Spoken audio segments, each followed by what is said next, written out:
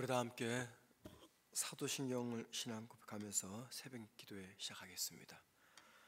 전능하사 천지를 만드신 하나님 아버지를 내가 믿사오며 그 외아들 우리 주 예수 그리스도를 믿사오니 이는 성령으로 잉태하사 동정녀 마리아에게 나시고 본디오 빌라도에게 고난을 받으사 십자가에 못 박혀 죽으시고 장사한 지 사흘 만에 죽은 자 가운데서 다시 살아나시며 하늘에 오르사 전능하신 하나님 우편에 앉아 계시다가 저리로서 산 자와 죽은 자를 심판으로 오시리라.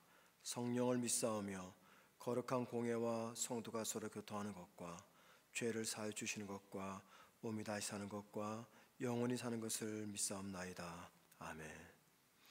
찬송가 543장 찬양하십니다. 543장입니다. 543장.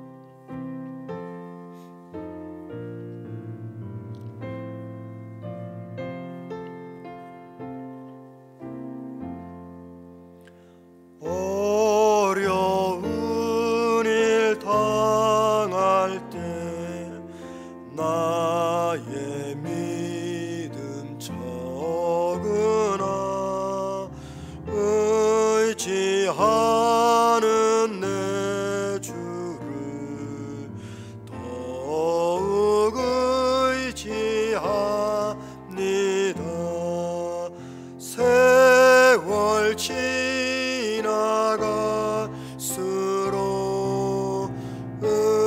의지할 것뿐일세.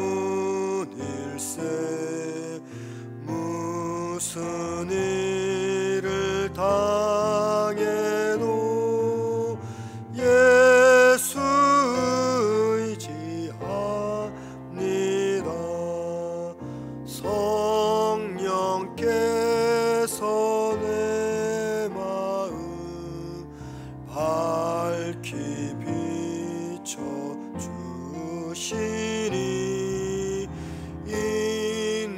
인도하심 따라서 주만 의지합니다. 세월 지나갈수록 의지할 것뿐일세. 무슨 일을 당해도 예수 의지합니다. 밝을 때의 노래와 어두울 때의 기도로 위태할 때 도움을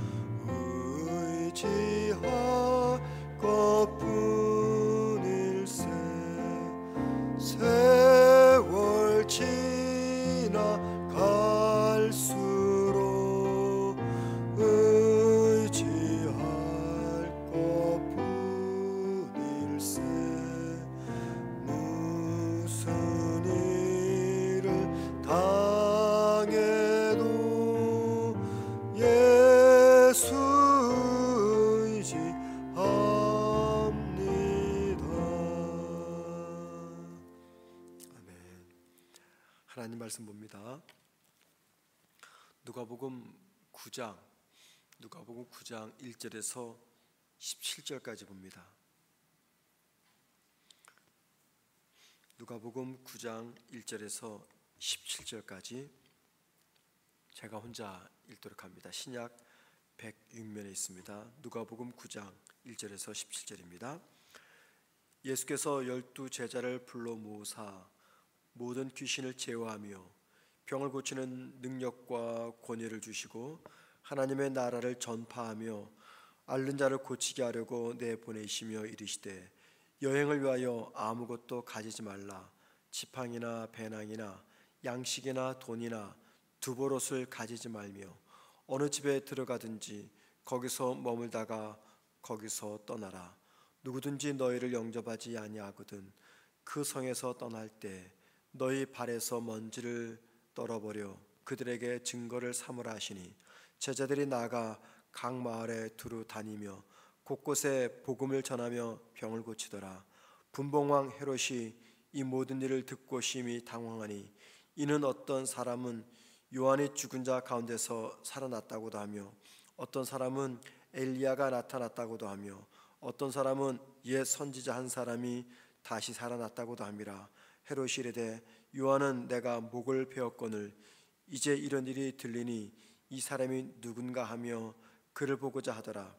사도들이 돌아와 자기들이 행한 모든 것을 예수께 여쭈니 데리시고 따로 베세다라는 고을로 떠나 가셨으나 무리가 알고 따라왔거늘 예수께서 그들을 영접하사 하나님 나라의 일을 이야기하시며 병 고칠 자들은 고치시더라. 날이 저물어 가매 12 사도가 나와 있자오되 무리를 보내어 두루 마을과 촌으로 가서 유하며 먹을 것을 얻게 하소서. 우리가 있는 여기는 빈들이니이다. 예수께서 이르시되 너희가 먹을 것을 주라 하시니 여짜오되 우리에게 떡 5개와 물고기 2마리밖에 없으니 이 모든 사람을 위하여 먹을 것을 사지 아니하고는 할 수 없사옵나이다 하니 이는 남자가 한 5,000명 되밀어라. 제자들에게 이르시되 때를 지어 한 50명씩 앉히라 하시니 제자들이 이렇게 하여 다 앉힌 후 예수께서 떡 5개와 물고기 2마리를 가지사 하늘을 우러러 축사하시고 떼어 제자들에게 주어 무리에게 나눠 주게 하시니 먹고 다 배불렀더라. 그 남은 조각을 12 바구니에 거두니라. 아멘. 오늘 본문은 3가지 이야기가 기록되어 있습니다. 먼저 1절부터 6절까지는요 예수님께서 12 제자들을 전도 여행을 보내시는 이야기고, 두 번째는 7절에서 10절까지 9절까지 헤롯이 예수님의 사역을 듣고 죽은 세례 요한이 혹은 엘리야가 살아나는가 하는 생각을 하는 이야기고요. 세 번째 이야기는 10절부터 마지막 17절까지 보리떡 5개와 물고기 2마리로 5,000명을 먹인 기적 이야기입니다. 이 3가지 이야기에 담겨있는 공통점이 한두 가지가 있습니다. 먼저 이 땅에 존재했던 제자들이나 혹은 세례 요한, 엘리야 이런 사람들은 모두가 다 하나님의 동역자였다라는 것이고요. 두 번째는 그들이 뛰어나서 하나님이 동역자를 세우는 것이 아니라 그들의 부족함을 하나님께서 채워주시면서 동역자라 삼으셨다라는 이야기입니다. 시간상 첫 번째하고 세 번째 이야기만 좀 생각해 보도록 하겠습니다. 먼저 주님은 12 제자들에게 귀신을 쫓아내는 권능과 병을 고치는 능력을 주시면서 전도 여행을 보내십니다. 여러분, 왜 예수님께서 제자들을 전도 여행 보내셨습니까? 예수님의 사역을 제자들이 계속 계승하라는 의미에서 이 전도를 보낸 겁니다. 성경은 예수님의 사역의 본질이 하나님의 나라를 이 땅에 임하도록 하는 사역이다라고 말합니다. 즉 하나님의 나라가 이 땅에 임하도록 하기 위해서 예수님께서 병자도 고치고 귀신도 내쫓고 하나님의 나라 복음을 전하셨습니다.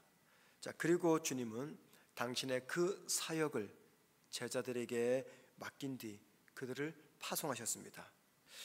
지금까지 주님은 혼자 하나님 나라 복음을 전했습니다. 혼자 귀신 쫓았고 혼자 병자를 고쳤습니다. 제자들은 그냥 따라만 다녔어요. 그런데 이 일을 제자들에게 위임을 합니다. 그리고 그들을 각 마을로 보냅니다. 어떤 의미가 담겨 있는 겁니까?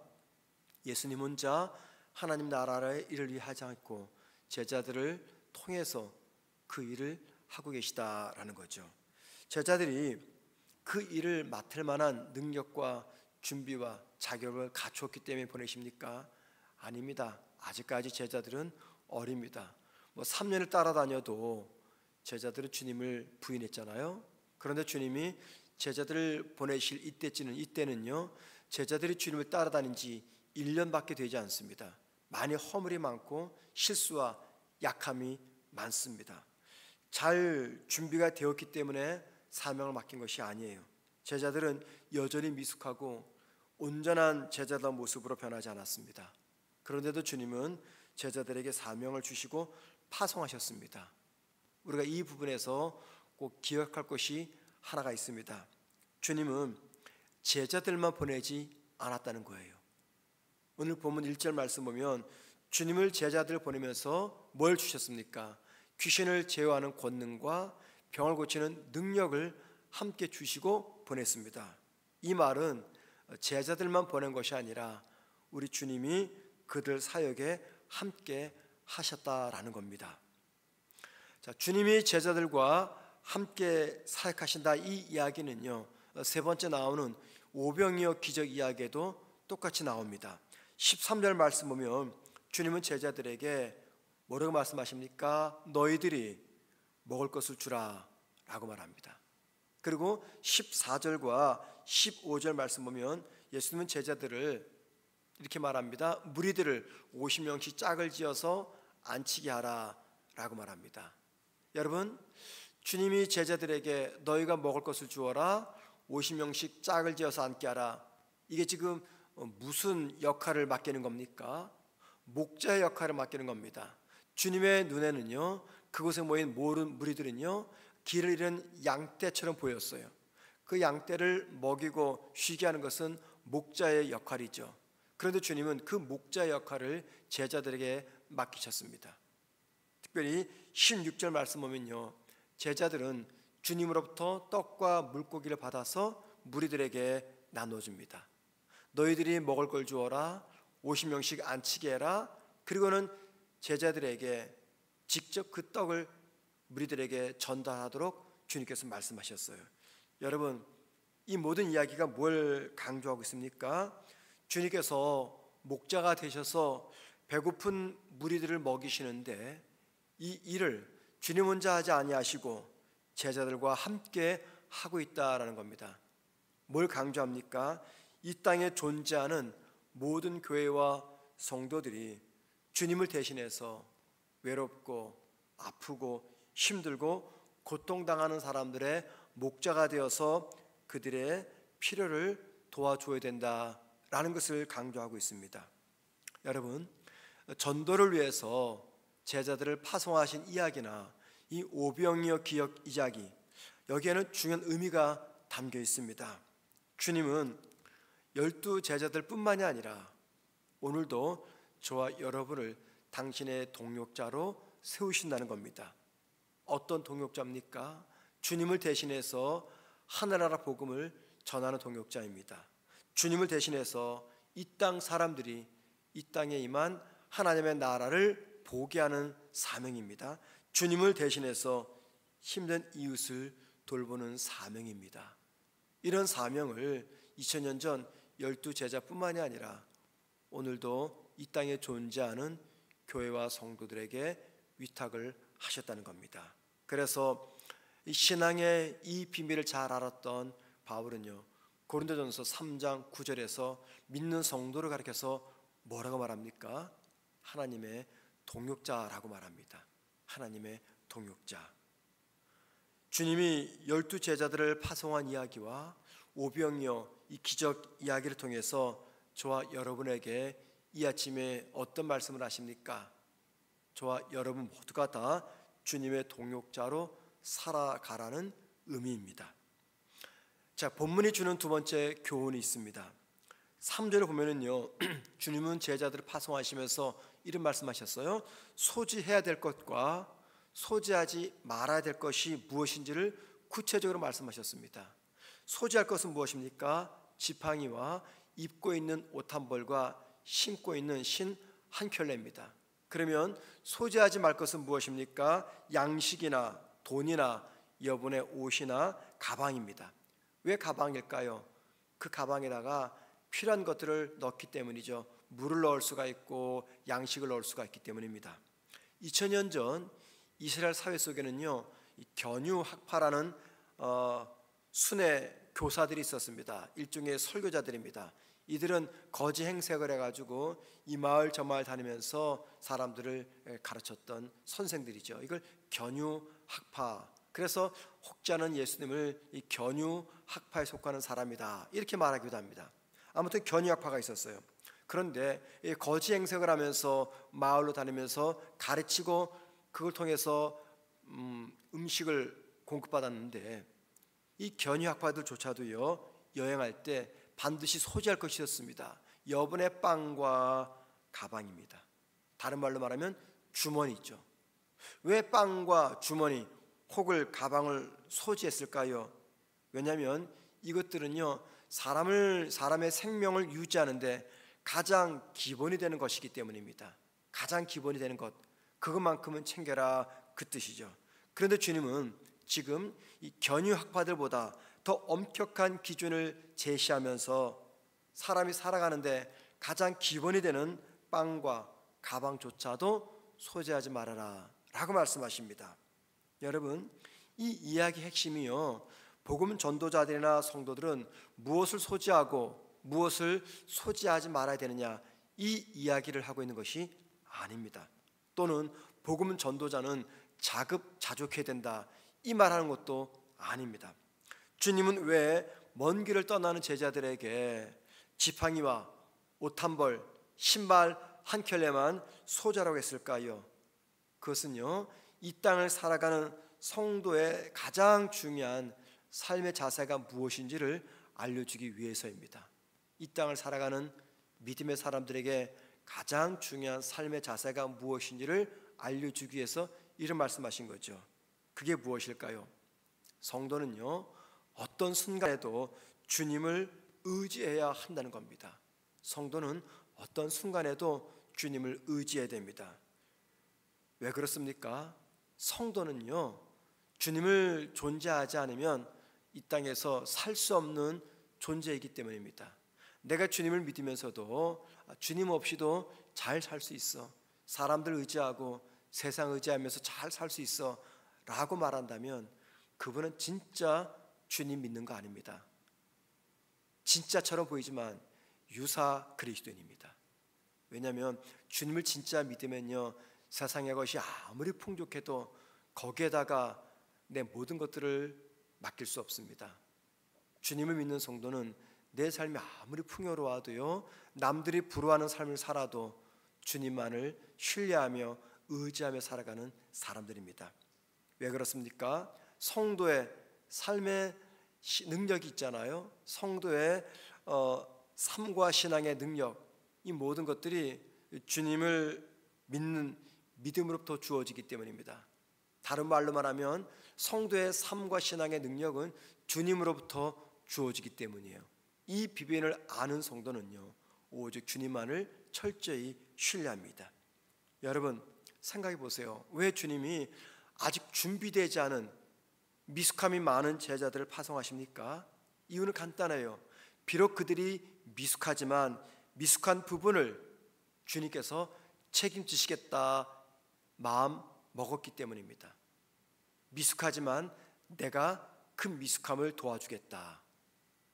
왜 주님은 제자들을 세상에 보내시면서 아무것도 소지하지 말라라고 말씀하셨을까요? 나머지는 하나님이 책임져 주겠다라고 생각하셨기 때문입니다. 그리고 여러분 이 오병이의 기적 이야기 뭘 강조합니까? 우리의 부족함을 하나님께서 공급하신다라는 겁니다. 우리의 부족함을 하나님께서 공급하신다라는 측면에서 볼 때 12 제자들을 파송하는 이야기와 오병이어 이 기적 이야기는요, 같은 주제를 이야기하고 있는 말씀입니다. 우리는 이 말씀을 통해서 중요한 것을 깨달아야 됩니다. 그게 뭘까요?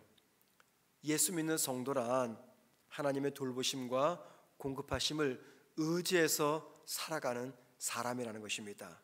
이 땅의 것을 내가 아무리 완벽하게 갖췄을지라도 그것들보다 더 긴장하면서 확인할 것이 있습니다. 내가 전심을 다해 하나님을 믿고 하나님을 의지하는가라는 겁니다.